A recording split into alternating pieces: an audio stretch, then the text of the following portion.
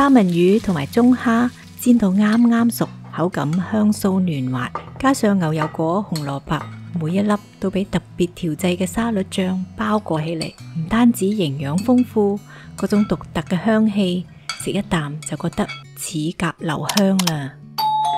而家嚟做一個三文魚沙律，我加咗啲蝦落去，咁其他咧就有啲牛油果啦、mayonnaise 啦、水煮蛋啦，同埋紅蘿蔔。啲紅蘿蔔咧係煮熟咗嘅，咁有啲紅椒啦，料都係好簡單嘅啫，一啲 mayonnaise 醬同埋一啲士拉叉啦、白胡椒、黑胡椒同埋鹽，可以加啲香嘅炒香嘅白芝麻，咁就得啦。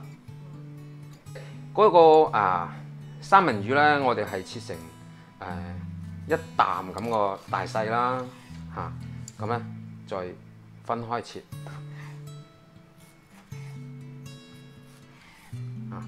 咁樣咧切好之後咧擺喺度，咁我哋攞去煎香佢，煎香佢做沙律咧係唔同嘅，係真係好好食嘅。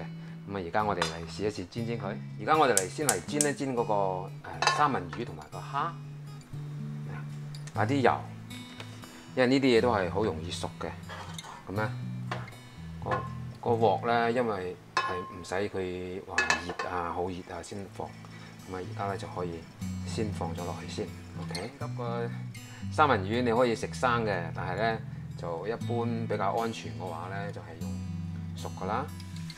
喺呢度當中咧，其實咧你乜嘢調味料都唔使放，本身嗰啲蝦咧，新鮮嘅蝦咧，本身佢係帶有咗海水個鹹味嘅，所以你唔使話我要放啲鹽啊，放啲咩去醃佢，呢個係唔使嘅。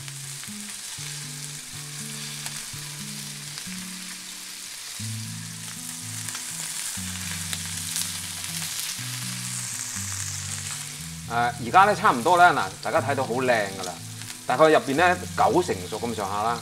咁咧而家就可以出鑊噶啦。你如果太熟個頭又唔好嚇，咁出鑊嗰啲熱氣咧，佢會繼續佢熟落去。OK， 我哋而家嚟處理我哋啲食材啦，呢啲牛油果啦，呢啲全部都已經熟晒噶啦。咁咧而家我哋先開咗個邊先。今日所用嘅材料可以喺視頻下方描述嗰度揾到。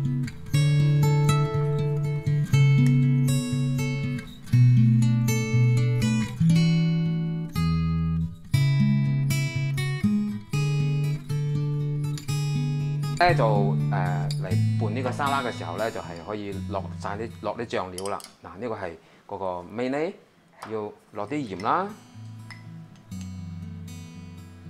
黑胡椒，